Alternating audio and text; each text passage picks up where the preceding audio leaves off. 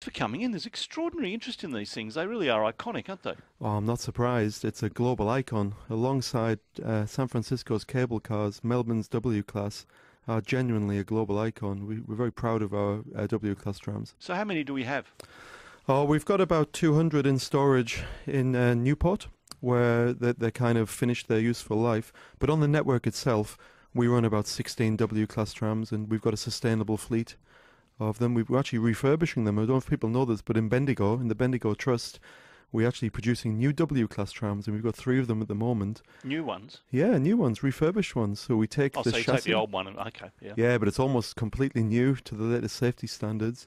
And we're very keen to keep the W always in Melbourne. It's iconic. Yeah. The 16 of them, are they running full time on the network or only certain hours or what? Yeah, they mostly run the city circle route. Maybe there's 1 or 2 others, but we try to keep them on the city circle. I mean, I love getting on them myself. They're a great way to experience Melbourne. Visitors absolutely love them, so they generally confine to the city circle. And as I say, we're refurbishing them, so if people get on a new one, they'll be very pleased with it, I think. Well, to be realistic, how many? And there's 200 left, are there, off the rails? Off the rails, yeah, but we keep them. The reason we keep them is the heritage of the W is so important, and I'm sure your listeners have got loads of great ideas for them. So we're very careful not to scrap them, actually. So it's a careful balance between keeping them for spare parts and for a lot of them are iconic art trams, that you would have seen before. So there's 200 that are a spare that we keep for spares, and we should recycle at some point. But the operational fleet's about 16. So the 200 sitting there, do you want to sell them or are you going to keep all of them? Well, over the past few decades, it's interesting. We've released dozens of them to I think even Princess Mary of Denmark has one, And Elton John. and Elton John, yeah. And more tangibly, a school recently has one converted to like a canteen, I Oh, think. yes. And I want to see more use of those. We have to be very careful we give it to the right person because there are safety concerns. These are very old trams, so we've got to be very careful that when we give it to somebody that we don't give them an inherent problem. But I want to see as much use as possible for them. Well, I think inevitably of some of that 200 are probably beyond repair and we keep them for spare parts. But there's a sizable proportion of them that could be reused. How much? Well, some of them, I would say, are required for museum and heritage purposes.